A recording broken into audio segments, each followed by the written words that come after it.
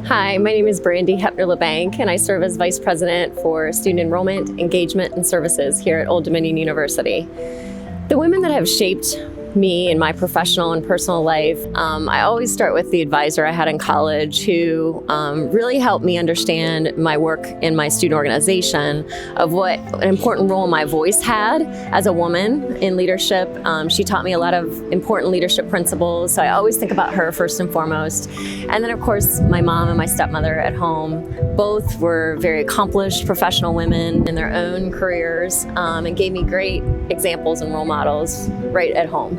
I think the really important lesson that I learned in graduate school, particularly in my doctoral studies, was about asking the right questions. And I think asking questions and how you ask them and the sequence in questioning is really, really critical.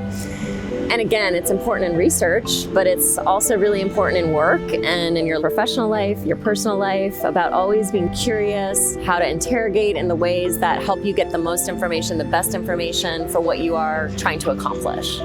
So when I think about my field of study, specifically student affairs in higher education, I think about the historical roots, which is really the Dean of Men, which was really a position created to support men in their studies in the U.S. higher education system, and how that has evolved over time into Dean of Students and Vice Presidency roles in, like, in our case, Student Enrollment, Engagement, Services. And so for me, I think there's a really important intersectionality there of the growing number of women studying in higher education, and how those positions cannot be gender specific, but really are there to serve all students and making sure that all identities are supported. I'm Ramika Bingham-Risher. I'm the Director of Quality Enhancement Plan Initiatives at the university, and that means I help faculty integrate critical reading and writing into their classrooms. My field of study intersects with the history and empowerment of women in myriad ways. I'm a poet by trade. I'm a writer, and thinking about the fact that women's history kind of comes up in almost every book I write. It's one of my obsessions in a good way. Even my last book, Room Swept Home, is about two of my grandmothers that intersected in Petersburg, Virginia in 1941, unbeknownst to them, and how they ushered in hope for a whole line of women just like me. You know, I talk all the time about my absolute favorite writer, Lucille Clifton, who's a poet that many people know. One of her most famous poems ends with, "Won't you celebrate with me that every day something has tried to kill me and has failed?" And I think just as a woman, a mother, one who thought deeply about making a way out of no way, she's a woman that we can all learn a whole lot from. Biggest accomplishment as of late is my 5th book, Room Swept Home, was released last year. It's a finalist for the LA Times Book Prize right now, so we're very excited about that. It's all about my grandmothers, so Women's History Month is something that I'm always leaning into. One of my grandmothers was interviewed for the WPA slave narratives. Another was taken to the Central Asylum for the insane in Petersburg, Virginia, right at the early part of her life, and they both were overcoming extraordinary circumstances over and over to kind of usher so many of us in. So it's something I'm proud of, it's something I'm excited about, and you know, maybe it'll inspire you guys to write about your families too.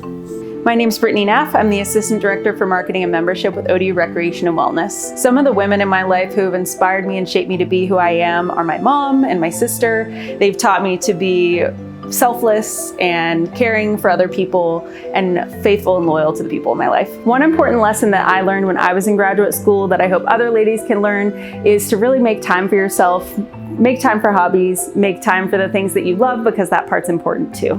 The work that I do helps women through empowering themselves through movement, finding things that they love to do that can keep their bodies moving.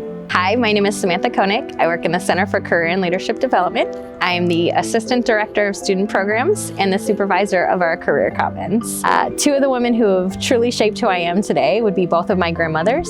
My maternal grandmother really was a resilient woman. She had to be a self-made entrepreneur. She also raised 5 children, was a homemaker, also dealing with the obstacles of life, never having a driver's license and losing her husband young. And so she really taught me the value of education and just persevering through hard things. My paternal grandmother was a kindergarten teacher for 30 years, and so really just teaching myself and my family to just keep that childlike spirit and find the joys in the simple moments. So one of the important things that I learned about being a woman in graduate school is really to make sure that you have solid boundaries, really making sure that you use your voice and really hone in the power of your no. Advice that I would give women in graduate school or considering graduate school is really just making sure that you surround yourself with positive people, having a really strong support network, and making sure that the people that are in your corner are going to champion you and empower you and encourage you to keep moving forward. Hi, my name is Holly Gaff. I am a professor of biological sciences here at Old Dominion University, and I am also currently serving as department chair. And as far as thinking about the women that have inspired me in my career and my pursuits in graduate school, one of the folks that I would point to from growing up was my grandmother. So my background, even though I'm in biology, is in mathematics. And so my grandmother actually was interested in studying math and was not allowed to study math when she was going to college. But she did accounting because it was as close as she could get. And so I always took that as inspiration that I should go as far as I could go in math and science. The other person would be Suzanne Lenhart. She was on my PhD committee, and she is one of the founding people for the Association of Women in Mathematics and some other organizations that have really risen to allowing women to do math and science. And I think those pioneers have really paved the way for the rest of us to be able to move into these careers much easier than they did even a century ago. So as a woman in graduate school, I think one of the lessons I would learn that I would pass on is that it shouldn't be discouraging if you are the only one, if you are in a minority, if you don't see people that look like you.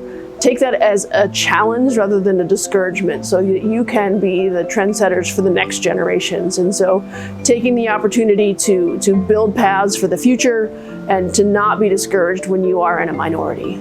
Some advice I would give to women considering graduate school is to follow their dreams, to pursue what they want to do, and to not be discouraged by others or lack of representation, that they can do whatever they want their passions to be, and to work on that work-life balance. It can be a tough thing, but I think that there are a lot of opportunities and a lot of exciting things. And I would also say to any of the girls out there, is there are no limits, right? They should be able to follow their dreams and do the things that they want to do.